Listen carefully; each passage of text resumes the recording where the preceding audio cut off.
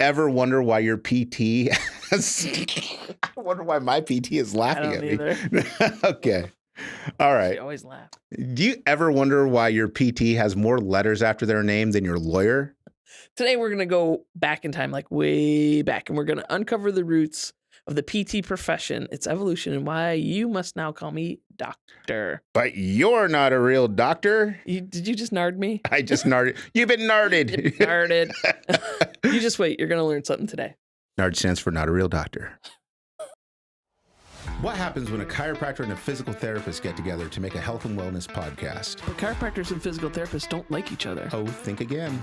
I'm Dr. Kathy Lynch, physical therapist who likes to help people move and get stronger. I'm Dr. Jason Young, an evidence-based chiropractor who uses humor just as much as adjustments to help people get better. Welcome to the Pitch Podcast. Remember, there's no I in pitch. Okay, everybody, welcome back to the Pitch Podcast. And man, this is going to be a good show. I'm excited for this one because I've done no preparation. This one is all you, Kathy Lynch. I got this. No, but this is today we're going to be talking about the history of physical therapy. Yeah. Which I've talked to some people, and because first of all, we're gaining quite a following. Yeah, right? quite. This is all my patients want to talk about all day long. Yeah. I'm like, hey, should we get you on the table, get you adjusted? Let's talk pitch podcast for a while first. So yeah, it's really been great. So thank you everybody for your support, and hopefully you've been finding things of value here. But I asked people, like, what do you know about physical therapy and the history of it? And they're like, the history? Haven't there just always been physical therapists? Always. And the answer is actually no. No. There hasn't been. So today, Kathy is going to tell us a whole bunch of stuff about the history of physical therapy.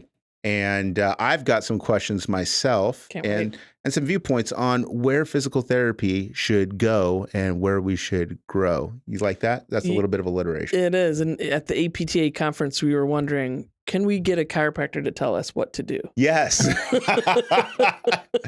Here's our chance. Well, the problem is they can't afford me. So This is true. This is true. And the APTA, because it'll come up. The APTA is the American Physical Therapy Association. Yes. All right. I did a little bit of homework. You did. And it didn't start that way. No. But we're going way back. Tell us how it started. Let's go. Okay.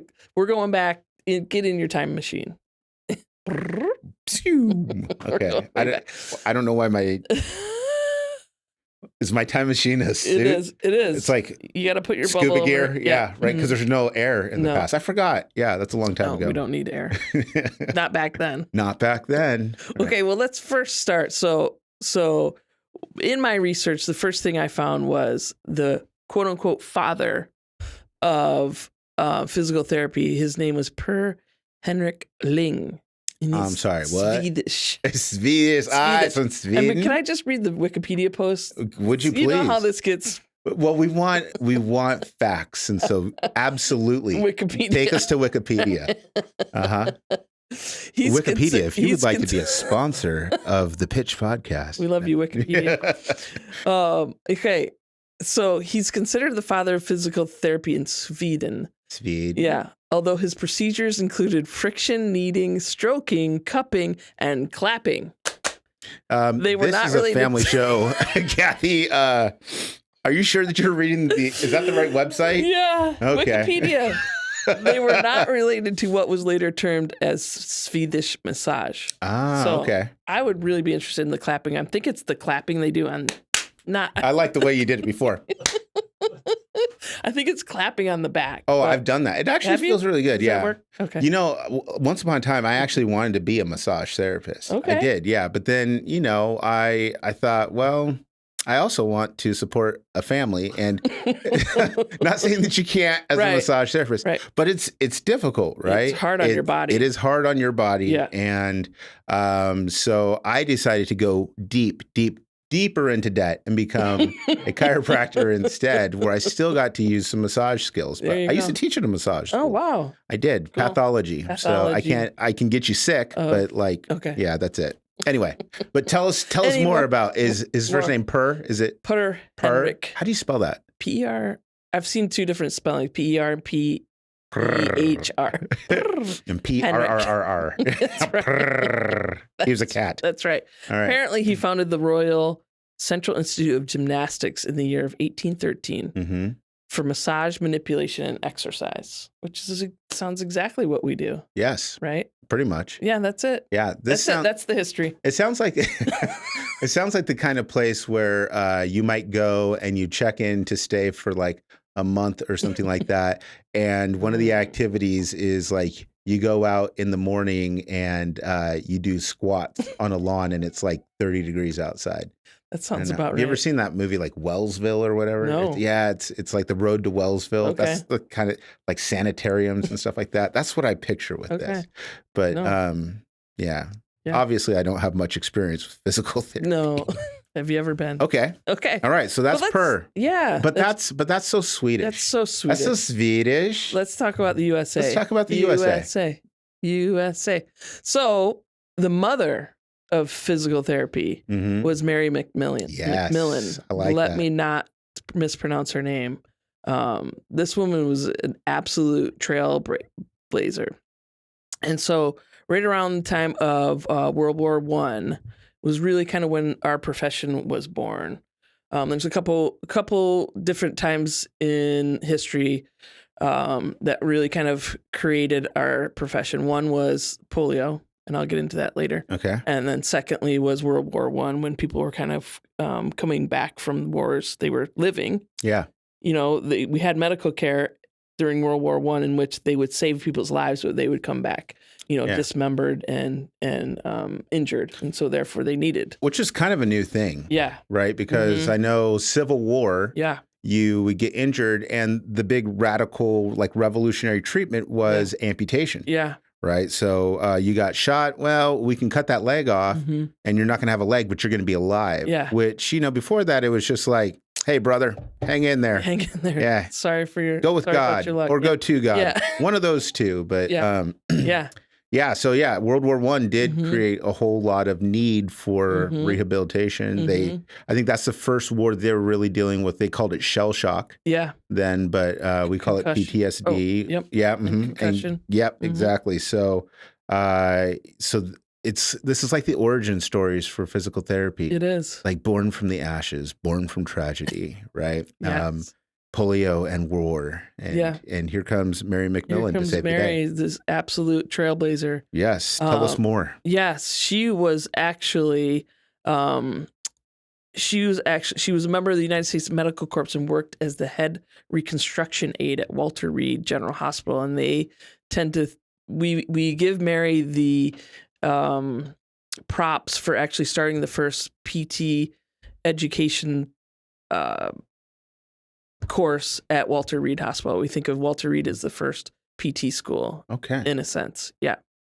And she was actually sent over during World War II. She was a prisoner of war and held in the Philippines and China during World War II. Are you kidding me? Not kidding. Dude, that's kind of bad, eh? Like, here's the thing: she still performed PT services. Yeah, she was while in prisoner of war. She's like, guard, I see that you're limping. Yeah.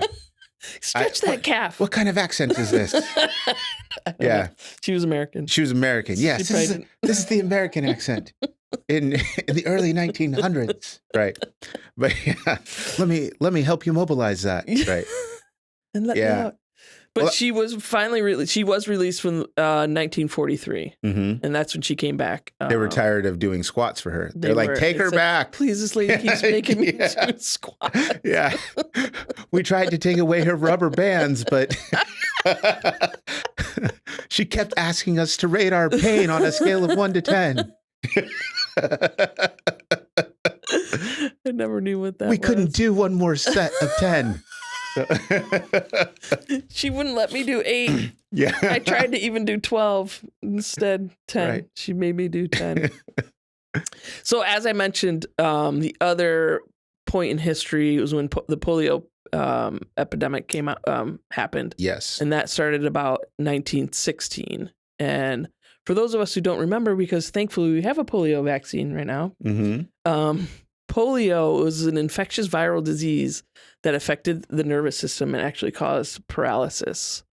A lot of severe paralysis. People would have to be in wheelchairs. So we don't really know we currently don't really know what polio can do to you because we have a polio vaccine right now. Yes, and it's a good thing. Yes. You know, and so that was Jonas Salk who invented the polio vaccine. Right. And you know what was weird is I was watching the Beavers play baseball against University of Portland the other night, and guy comes up to bat, and his name is Jonas Salk. No. Yeah, and they're like, is this guy related to him? Turns out, no, he's not. Bummer. But his parents saw the opportunity. They were like, our last name is Salk, and we could name him Jonas, and so they took the opportunity. Do it. Yeah, crazy, right? He's going to do some great things. Well, and have you ever treated a patient who had post-polio? Yes. Yeah, so it's like, it's good information and knowledge, but eventually we'll probably just run out of people that had it. And so we might be like the last generation of care providers that treat anybody who had polio. Post-polio. That's cool. Yeah, it's super cool. Yes, let's hope that continues.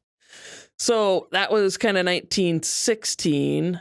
And that was another point in time when actually women started treating people with polio. So when the APTA started, it was actually first called the American Women's Physical Therapeutic Association. Okay, and at this time, most physical therapists were. That's not what they were called then, but right. But it was mostly women. Women, yeah. Right? It was a women's profession. They were called reconstruction aides. Yes, reconstruction aides, and RA. Yes. So, and I think that's really pretty awesome. Yeah. You know, find me another profession that's like that.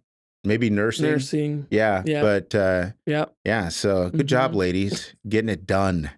That didn't last very long. So a year later, they actually changed the name because men wanted to become physical therapists. So they then changed the name to American Physiotherapy Association. It lasted a year. The men came in and they're like, we must change this name. Yeah, you obviously need us to explain to you how to do rehab. I mean, let me mansplain this to you, please. Right. And if you don't know what mansplaining is when a man explains to you things that you would already know, except that you're a woman, and so.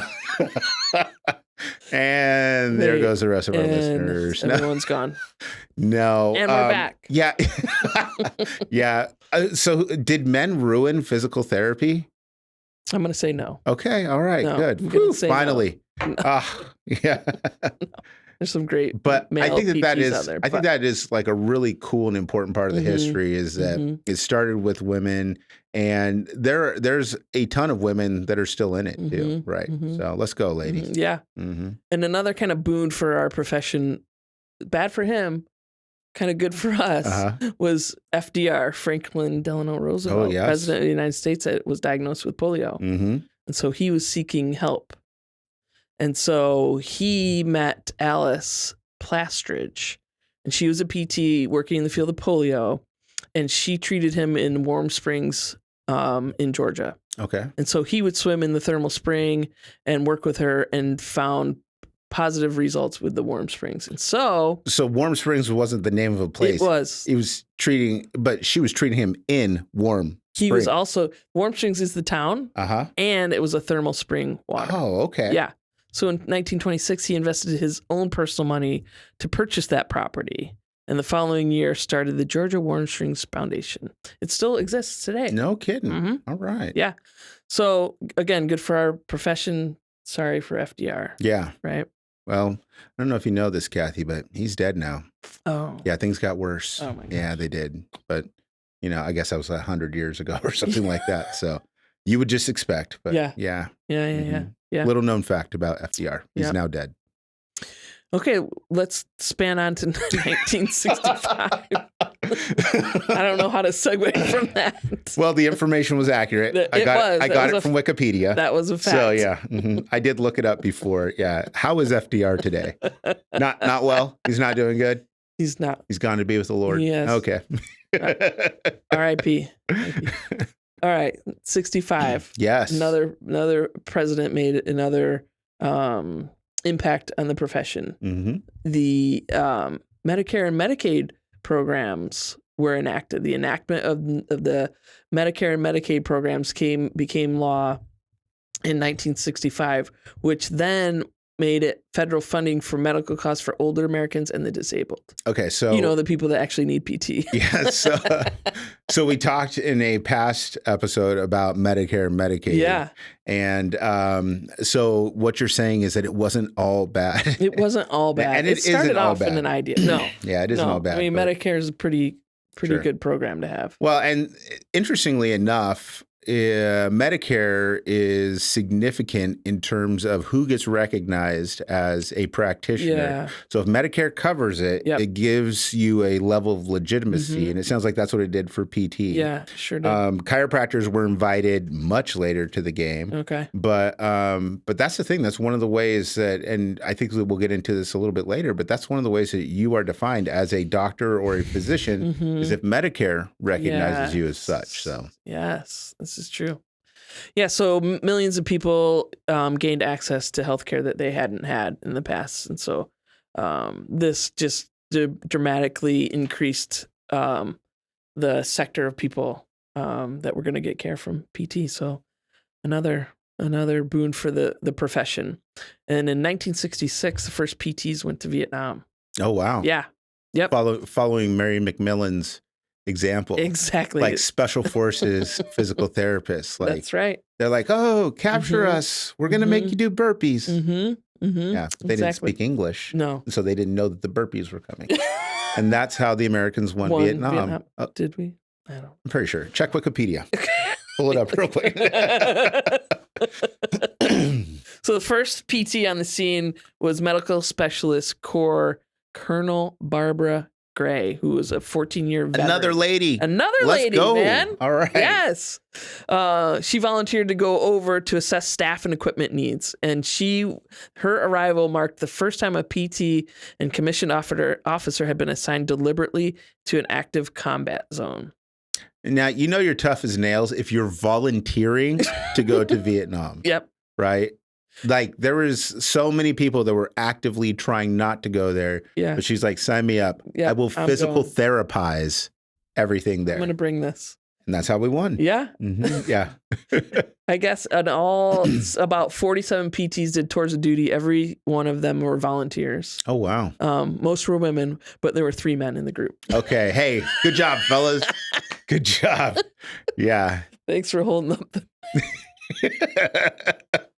These guys were real pioneers. They were. Let me tell you, they were trailblazers too. Can we use the term trailblazers for these guys? I guess. Yeah. Yeah. Yeah, for the men. Oh my goodness. Yeah. Well, that's awesome. This is a bunch of stuff I didn't know. Yeah, I did my research. Physical therapists are heroes. They are. Basically, is what you're saying. I think Jack called us angels. I think that's what I heard. I think he might have done that. Yeah. Oh, Jack. Jack. Yes. Jack, I hope you're still listening out there. Yes. Now playing with the Rice Owls, like, man, Oh, right. yeah, Wow. plot Okay. twist. Yeah, we're like, oh yeah, Jack, go Beavers, go Beavers. He's like, yeah, Beavers for life. He never said that, but, No, but that's the vibe that he was giving off, and now he's with the Rice Owls. Okay. But We'll still cheer for we still Jack. love him. He's got a degree from Oregon State University, so That's all that matters. count it. Yep, Mm-hmm. definitely. All right. All right. And then in the 70s, the profession decided we needed to up our game. And actually, so the first actual PhD program was born at NYU. Okay. Not what we know of now, which is their clinical doctorate, but the PhD program. Yeah, so there's some differences with these doctorate degrees. So a PhD is a doctor of philosophy. That's right. Right, so you nerd about things. Yeah, they don't actually do the thing. Yeah, you research and you read and you tell other people what to do. Yeah. But then there's your first professional degrees, which I think you're getting to, which is like an MD or a DMD or DDS or like all those other letters and stuff like that. So, yeah, cool. Right. All right, so but we had this PhD in physical therapy at NYU in the 70s. Yep. Yep. Okay. They were trailblazers as well. NYU was. And that's also, the 70s is when the Trailblazers won an NBA title, 1977. Yeah. Bill Walton, rest in peace. He's gone to be with FDR. He's with FDR. They're not doing well. No, they're neither of them. Or maybe they're doing great. Who knows? They probably are doing pretty good. Exactly. I'm guessing. Both could probably use a good physical therapist. So. They both probably went. They both did go to PT. I bet you they'd absolutely. Walton had to go to PT. Absolutely. There's no doubt about that. 74, the first PT department was established at HBCU. Oh, really? Yeah. Okay. 1974, Howard. Historically Black college? You got it. University. Yeah. Mm-hmm. Yeah. Cool. Yeah. Which one? Howard. Oh, yeah. My daughter Riley was going to go to Howard. Why didn't she go? Well, she got accepted there. So here's the thing. Howard's in Washington, D.C. Yeah.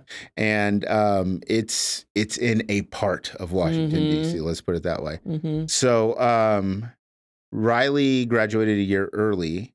And so she was like 16, 17 when she graduated. And we weren't really excited about sending our, teenager to Washington, D.C. to live. No. But the story of how she got accepted to Howard is actually pretty funny. She wrote the essay and everything. And there's a lot of really famous people that have gone to Howard. One of the people that they're proudest of is Chadwick Boseman, also known as King T'Challa, also known as the Black Panther, right? And so in her essay, Riley wrote about how she would play, remember that game MASH or whatever, where you can live, you put down the names of people that like you would marry and you live in a house and, things like that. And how many kids do you have? Yeah. And so she wrote about how she would play that game and like she was thrilled if Chadwick Boseman was who she married. And so they're like, yep, you're in. You're in. That's it. What's that? Yeah, Chadwick Boseman. He's up there chilling with Bill Walton, FDR, right? What's happening today? All these guys. Goodness gracious. Wow. Yeah, so rest in peace, Chadwick. So they're like, oh, she likes Chadwick Boseman. Sold. Yeah, get in here. All right. So that was the first college she got accepted to. But she decided to go to Oregon State. To the Beavs. Yeah, exactly. But anyway, that's a huge tangent. That was a let's get back to the ladies of physical therapy. We're back. And we're back. And we're back. That was a break. So that was 1974. Okay. 75. Believe it or not, the act, the Individuals with Disabilities Education Act, was passed. Yes. That's IDEA? Yep. Okay. Mm-hmm. All right. That's the acronym. Mm-hmm. It sounded like they were fishing for an acronym. Yes. Okay. There you have it. And we found it. It's a good idea. Yep. All right. Which allowed students with disabilities to go into public schools, which then meant PTs were going to follow. Sweet. So PTs got into the public schools around 1975. You sneaky physical Snuck therapist. Right in I there know. behind those kids. We're with them. Don't mind me behind the wheelchair. I'm just pushing the wheelchair. I'm going to stay. I'm carrying his crutches. Why are you carrying his crutches? Give the kid his crutches. I'm helping him get better. This is physical therapy. You don't know about it. It's new. Yeah. Okay. And then we have kind of like a break before anything life-changing happens. Okay. I think this is why we started to. But let's be fair. Okay. Physical therapy was changing lives all along the way. This is true. Right? Sure. And it gained steam because like all this, because I know we're like ticking off things on the timeline, but all along the way, what were some of the things that physical therapists were doing? How were they changing lives? How were they changing healthcare along that way? Mm-hmm. I think one of the things we changed with healthcare was, and maybe this isn't so much true back in the 70s, but we got to spend time with our patients and put our hands on our patients too, to help them reach their goals. Yeah. Does that make totally? Yeah, it totally makes sense. And I think you're right on because there's, and it changes, I think, some of the procedures that you have available because we can replace this part, but once we do it, it's not like the surgeon's going to show up and help you learn how to walk again. Right. Exactly. And you're actually even limited with the success of some of those procedures because it's like, they started repairing ACLs and stuff like that around this time. Yeah. But if you repair an ACL, but you don't rehab it, you're not going to get full function out of that. So all along the way, PTs are kind of pushing the limits of how good medicine can be. Right. So I think that's awesome. Yeah. Do you want to be a PT? No. Oh, okay. No, I can't go back to school again. I love my wife, and I want to stay with her. So you want to stay married. That's the only reason, though. I would love to go to PT school, but Mandy, if you're listening, I'm not even thinking about it. Yeah. I'm not even thinking about it. Not even a little. Not even bit. A little bit. No. Howard? No. Howard. I heard it's a good school. Yeah. Well, and actually, speaking of schools, you know who's getting ready to have their first cohort of physical therapy students kind of in this area? Mm-hmm. Oregon State University. Yes. Yes. The Cascade campus over in Bend. It's very exciting. That's pretty cool. I mean, yeah, I think especially in this area, it's a huge addition because a lot of in-state students can go there and pay in-state tuition. Yes. Which important question. Very important. Can you get a physical therapy degree of any kind at the University of Oregon? No. You cannot. Thankfully. You cannot. Thankfully, right? No ducks. Okay. Anyway, I've interrupted you enough. Go ahead. Okay, so this comes to the part where you have to call me doctor now. Oh, yes. Yes. Okay. Yes. Yeah. So in 93 was the first DPT degree awarded. So DPT is Doctor of Physical Therapy. Doctor of Physical Therapy, and it's a clinical doctorate. Yes. And so why did we make it a doctorate? That's a great question. To keep up with chiropractors who were doctors all along. Yeah. Part of it. That's part of it was it. And the other part of it, of course, had to do with money. Yes. Right? Mm-hmm. So our profession wanted to obviously be seen as autonomous. Yes. And not to be somebody that the physicians were just going to tell, this is what you're going to do and this is how you're going to do it. We wanted autonomy in our profession. And so we felt like we need to elevate that. And that's a common misconception is people still think that if I want to see a physical therapist, I have to ask my doctor first. That's right. And that's not true. And people think that you have to go to the PT that they send you to. Yes. You do not have to wait months to see a PT that your doctor told you to see. Yeah, I know. And you can go anywhere you want. I send people to you all the time. All the time. And I'm like, I want you to go see Kathy over at Encore Physical Therapy. And they do a really great job. Hey, guys, I think this is the first time in the history of the podcast that I got the name of a business right. You did. Huh? That's right. Scott's really happy. Now you don't have to black me out. This is great. Yes. Hang on. I'm going to Cinematic Solutions. Oh, dang it. You got it. So, yeah. But then they sit there and they look at me like, I'm waiting for the referral. Like, I'm like, you don't need a referral. Do you want a business card? I can give you a business card. You call them up and you make an appointment. Number. Yeah. So that's huge. It's huge. Yeah. So that's why that was one of the bigger reasons our profession went to the doctorate was we wanted direct access and we wanted insurance to allow people to come see us without getting a referral. Because a referral is stupid. Honestly, it's kind of like, here, I give you permission to go. Right. Yeah. But at the same time, in order to kind of unlock that access, you need the doctorate. Yeah. Because, before the doctorate, it was master's level education. Yeah. Still high level. Yeah. And so the extra stuff that comes with the doctorate level is things like case management, dealing with complex cases. There's more evaluation, diagnosis, emphasis on evidence-based care. Right. So that really a doctor of physical therapy is a complete and well-rounded healthcare provider. Exactly. Yeah. They, insurance companies wanted to, I don't know what happened in negotiations, but if we were at a doctorate level, we're able to see the red flags and say, like, are you appropriate for physical therapy or not? Right. Or do you need to go to the ER right now? And so that's what the doctorate degree took us up to that level so that we don't kill people when they come in. You can triage. You can. The term is you become a portal of entry provider, so that and really. So here's where I'm going to get on my soapbox. I've warned you about this. I want to hear this.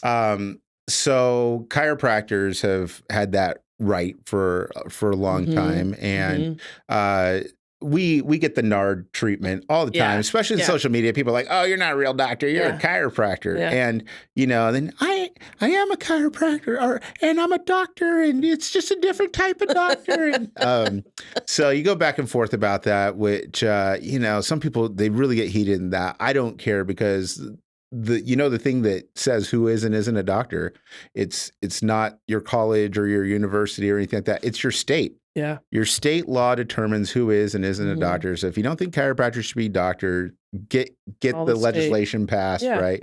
And cool, I'll move somewhere else. But yeah, so the state legislation says who can and cannot use the title doctor in relation to healthcare. Right. And so along with that comes the responsibility to also obtain and maintain a license.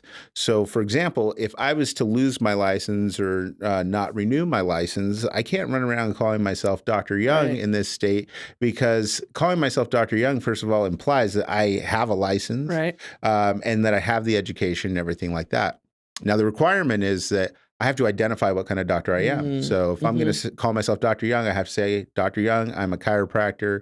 In Oregon, I can call myself a chiropractic physician. In Oregon, chiropractors are also considered physicians. Not the case in every state, but every single state, chiropractors are doctors. Now, in every single state, physical therapists are also doctors. We're kind of in a transitional phase where you have some who have gone through that doctorate education, some who haven't, but every PT school now, you're getting a DPT, right? And so that's a great thing. And what should happen is physical therapists need to do what you do, which is start calling themselves doctor, right? And people say, what do you do? What's your job? You tell them, I'm a doctor. I'm a physical therapist, right? And I think that that's really, really important because, first of all, it's clout chasing, is that what they call it, right? You get the clout chasing, but it's not just about being like, oh, look at me, I'm cool. It's important for the public to understand, because you're nobody's servant, right? You don't work for doctors, and you are a full and complete healthcare provider. Now, you're not doing surgeries, you're not giving the polio vaccine, but you have your scope of practice, you have your area of focus, and you're an expert in it. And so I think physical therapists can and should use that title doctor. And I think that it's okay in your clinical space to call yourself, Dr. Kathy or Dr. Lynch or whatever it is. And I want to see more physical therapists do that. The other thing that it does is not just to patients, but when you're looking at referral partners. So do you have a lot of medical doctors that treat you like a doctor? I have some that, yes, very respectful. Yeah. And then you also have some that are looking at you like you're just a physical therapist. Yes. And it's like, oh, okay. Well, no, but you've earned that title. Right? Yes. And like, I remember years and years ago, I had a phone conversation with a medical doctor, and I was like, yeah, this is Dr. Young. He said, oh yeah, what's your first name? And I says, Jason. He's like, okay, I'm going to call you Jason. I'm like, okay, what's your first name? Yeah. And he's like, well, you can call me Dr. So-and-so. I was like, oh, I see what you're doing. Yeah. Wow. Yeah. And it was like, okay. He's trying to one up you. Yeah, it was really pretty lame. Yeah. But I think that I really, all this is to say, a very long way of saying, I hope in the future, more physical therapists are calling themselves doctor. And they're telling people, I'm a doctor. I'm a doctor of physical therapy. Now, what is excessive is this PTDPT thing. It is a lot. Yeah. And then the ones that get residencies and get certifications, I mean, they have them stacked up behind their name. And clout chasing. No, yeah, but there are so many letters that you can put after a name, and I just think the most important letters are just the ones with your training, right? Let people know, and then it's just up to you to show them the rest of it. Right. I can show you the. No, I'm not going to break into song. I can show you the world. Okay, and on that note, all right, yes, we got a lot of comments about me needing to sing less in podcast episodes. Okay, all right. So really, I'm just going to wrap up and say that the last real part of the timeline in the PT world is, you kind of already mentioned it. Now all entry-level PT programs are DPTs, and that became fact in 2016. Yeah. So you cannot get a master's in PT anymore. You have to get your doctorate. Which is great. That's so good. That's good for everybody. I mean, would be so proud, He would right? be very and proud. Mary McMillan and like GI Barbara. Yes. Yeah. And, you know, maybe FDR would still be alive if he was dealing with DPTs. That's right. Maybe that's what a DPT could have saved his life. Maybe. We should have him on the podcast. We'll effort for that. I'm going to get our booker to get him on. All right. Hey, you want to play a game? Yeah, let's go. Okay, let's play a game. Let's see. What did I call this game? Now, I'm calling this game the pain scale. All right. So doctors are always asking patients to rate their symptoms on this annoying scale of 1 to 10. Insurance companies make us do it. Yes, they do. I don't care what the number is, right? So today we're going to play a game where we will be asked to rate something based on a number that we're going to draw. Okay. And we'll try to answer in a way that will help the other person to know what number we have. Okay. For example, if the situation is that I want to take a supplement that will help me build muscle, and if I draw a 10, I might answer protein powder with creatine and steroids in it, right? Because that's a 10. That's a 10 out of 10. And if I get like a 2, it might be LaCroix with like a dash of whey protein, right? So we're trying to like see if we can get the other person to guess. Does that make sense? Yeah. All right. So I got a few situations here. I'm going to draw a number. You're going to draw a number. So there's your number. Here's mine. Okay. All right. So here's the first situation. How should I eat if I want to lose weight? How should you eat if you want to lose weight? Yes. Now you're trying to give an answer that's going to match this number. Okay. Pizza, beer, hamburgers, French fries. Okay. Yeah. I'm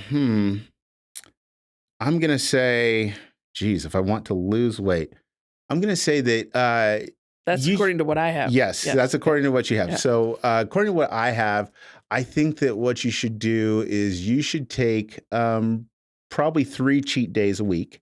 And otherwise, you should be eating pretty clean, like salads, proteins, and stuff like that. 3 cheat. Yeah, 3 cheat days should probably be good. All right. Okay. So I'm going to guess that you're a 1. You're correct. Okay, good.